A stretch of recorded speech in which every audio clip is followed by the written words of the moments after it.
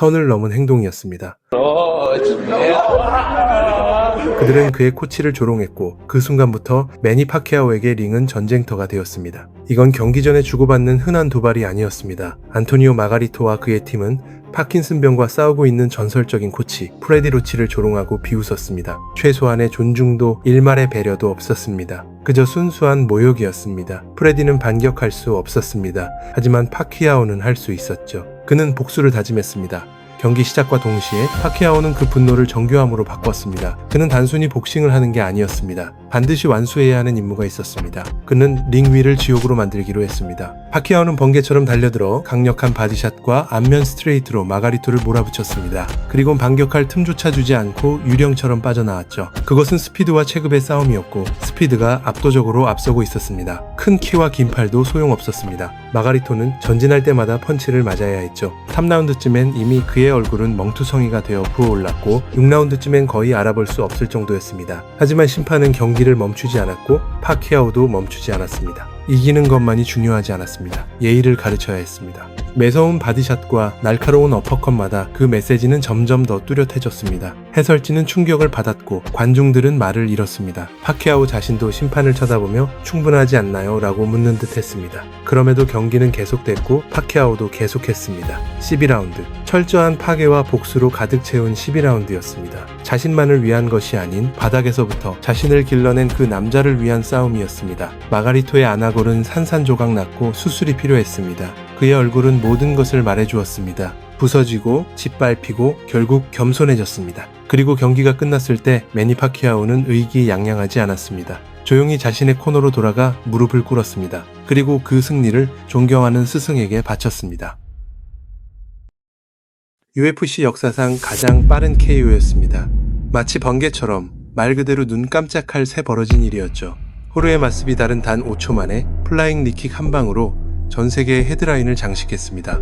하지만 사람들이 KO보다 더 놀랐던 건 그 이후였습니다. 마스비달은 멈추지 않았죠. 상대가 캔버스 위에 의식을 잃고 쓰러져 있었지만 마스비달은 몸을 던져 불필요한 파운딩을 퍼부었습니다. 이미 끝난 승부임에도 불구하고 그의 타격은 계속되었습니다. 그리고는 케이지 안을 누비며 마치 조롱하듯이 승리를 자축했고 그 모습은 불쾌함을 넘어 잔인하기까지 했습니다. I saw some criticism. People say the punches weren't really necessary. Maybe They were super necessary. The referee hadn't pulled me off. And my job is to hit somebody till the referee pulls me off. So to those people, I would say maybe don't watch MMA, go back to soccer. I saw some other criticisms, perhaps, of your celebration afterwards.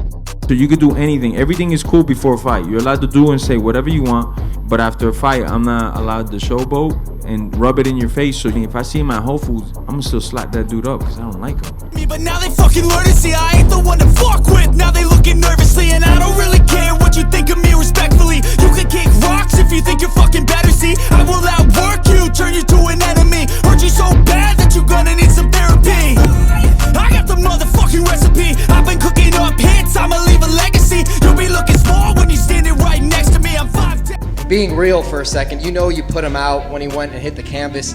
Did it feel good to get some of those extra shots in there? The ref didn't pull me off yet, so I keep going until the ref pulls me off. And, you know, those are super necessary.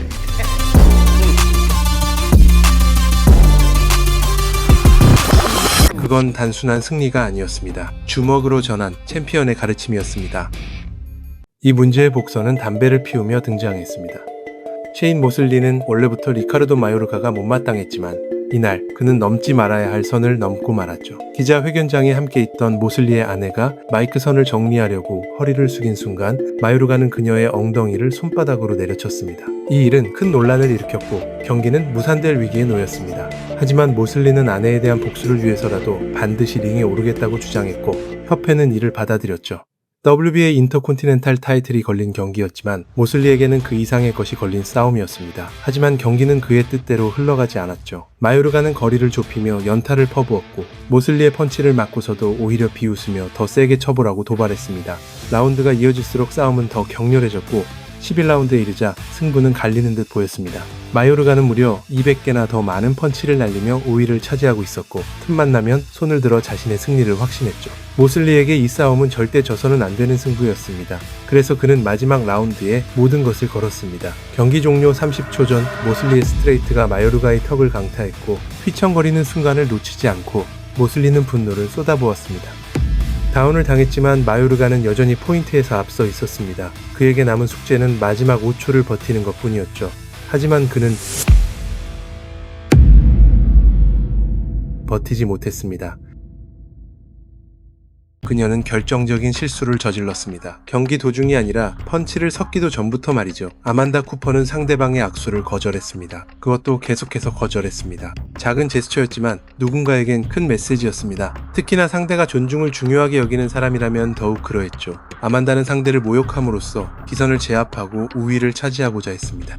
예의 바른 상대를 자신이 휘두를 수 있다고 생각했고 그녀의 웃는 얼굴과 친절한 태도가 곧 약함이라고 착각했죠. 하지만 그건 완전히 잘못된 판단이었습니다. 맥켄지 더는 단순한 파이터가 아니었습니다. 강인한 힘과 정밀한 컨트롤이 뼛속 깊이 밴 브라질리언 주짓수 세계 챔피언이었습니다. 하지만 그날 밤 그녀는 다른 계획이 있었습니다. 너무 빠르게 끝내지 않도록 자신의 주특기는 아껴두기로 했죠. 대신 존중에 대해 가르치기로 했습니다. 말이나 인터뷰가 아닌 오직 주먹으로 전달되는 메시지였죠. 경기가 시작되자 맥켄지는 아만다를 포함한 모두를 놀라게 했습니다. 그녀는 테이크다운을 시도하지 않았죠. 오히려 꼿꼿이 몸을 세우고 펀치를 날리기 시작했습니다. 잽, 훅, 콤비네이션까지 이전에는 볼 수 없었던 강렬함을 쏟아냈습니다. 그녀에겐 싸움이 아니라 가르침이었죠.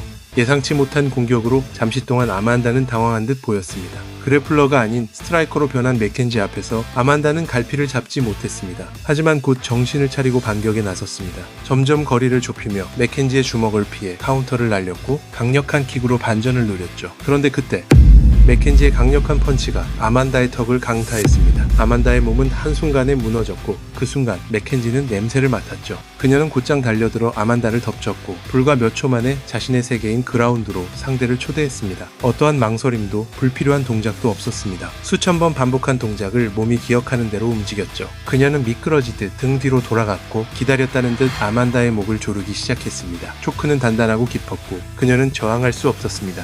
아만다는 악수를 거절했고 맥켄지는 주먹으로 그 대답을 대신했습니다.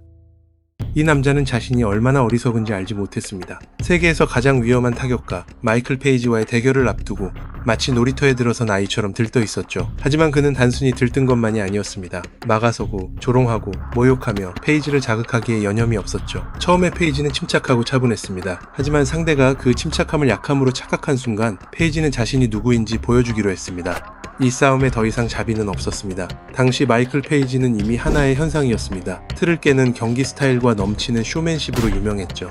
태권도와 킥복싱, 그리고 특유의 허세가 섞인 그의 경기는 늘 하이라이트 영상의 단골 메뉴였습니다. 그래서 일부 비평가들은 이번 경기 상대의 수준에 의문을 제기하기도 했습니다. 아일랜드 출신 타격가 리처드 카일리는 화려한 킥복싱 경력을 바탕으로 MMA에 진출한 뒤 3승 1패를 기록 중이었습니다. 14연승 뒤 첫 패배를 경험한 페이지에 비해 객관적인 열세로 평가받고 있었죠. 그럼에도 그는 진심으로 페이지를 얕보는 듯한 태도를 보이며 시종일관 거만하고 자신만만했습니다. 경기가 시작되자 펀치를 날리기도 전에 도발부터 했고 곧바로 심판의 경고를 받았습니다. 하지만 정작 그의 공격은 페이지에게 아무런 위협도 되지 않았습니다. 가볍게 피하며 흘려보낸 페이지는 곧 놀리기에 들어갔죠. 맞은 척, 아픈 척, 마치 코미디 쇼처럼 과장된 몸짓으로 카일리를 흉내냈습니다. 심지어 경기 도중 셀카를 찍는 여유까지 부렸죠. 물론 진짜 셀카는 아니었습니다. 결국 심판은 그에게 감점 페널티를 부여했지만 페이지는 전혀 신경 쓰지 않았습니다. 카일리는 도저히 따라잡을 수 없었습니다. 페이지는 너무 빠르고 너무 예측 불가였죠. 무언가 시도하려 하면 페이지는 이미 사라진 뒤였습니다. 그러던 중 카일리가 반사적으로 몸을 숙였고 그 순간 페이지의 플라잉 니킥이 그의 턱에 정확히 꽂혔습니다.